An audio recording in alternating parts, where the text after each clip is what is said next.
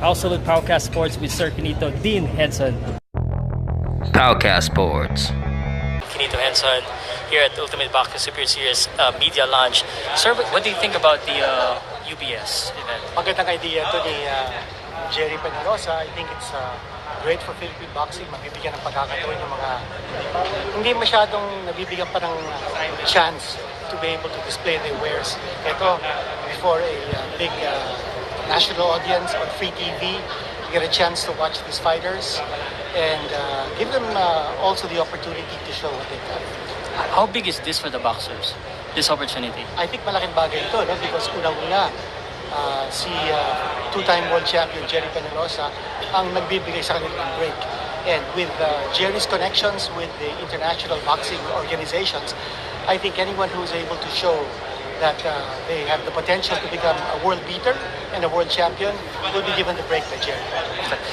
Whenever we see a Pacquiao fight, we see like the 24/7 or the behind the scene.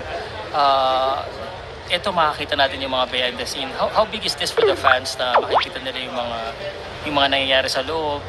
Boxing is a very difficult sport at magandang makita ng mga fans kung ano yung hirap na na-experience sa mga boxers. Before they get into the ring to fight, they go through weeks, maybe months of preparation, of sacrifice, and all those stories will be told in this series. And it's a great opportunity because makikita ng mga fans kung gaano kahirap yung sport of boxing. And pinapakita din ng mga boxers natin that they're ready to sacrifice and to be dedicated sa sport natin. Do you think we should do more of this? So usually, puro boxing lang mismo nakikita natin. We don't see. Do you think we should do more of this? I think it's important that we humanize yung mga boxers natin. Minsan nakikita natin yung mga boxers sa loob ng ring, nagbabakbakan na lang, hindi natin masyadong na-appreciate kung saan sila nanggaling, kung anong background nila, kung anong mga pinaghirapan nila to get to that stage where they fight in the ring. So, with this series and the exposure, fans will be able to appreciate kung saan sila galing, ano yung background nila, kung yun nga, anong pinagdaanan nila to be able to get to the stage. Okay, last two questions. We don't know much about the boxers.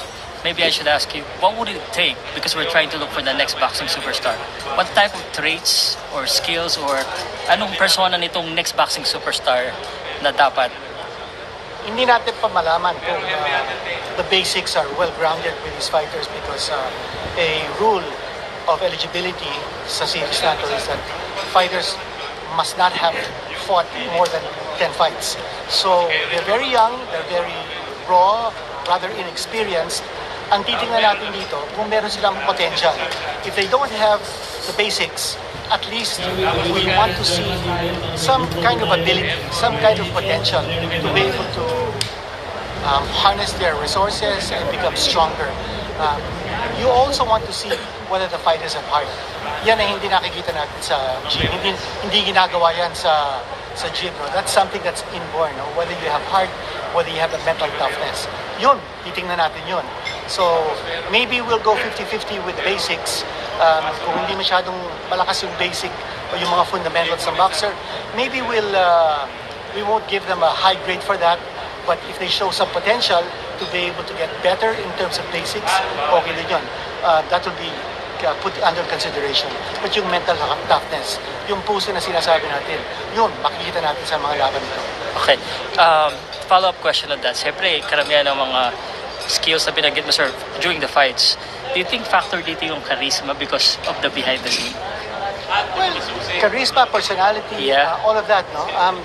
But sometimes you see in young fighters that they have the pizzazz, the swag, to be able to show something more than just fighting ability. But there are some fighters, you develop that. As you gain in confidence, you become more self-reliant, and maybe we may not be able to see so much of that with these young fighters. But if we can see spots of potential, then we'll keep those fighters in mind. Okay. All right, thanks, sir.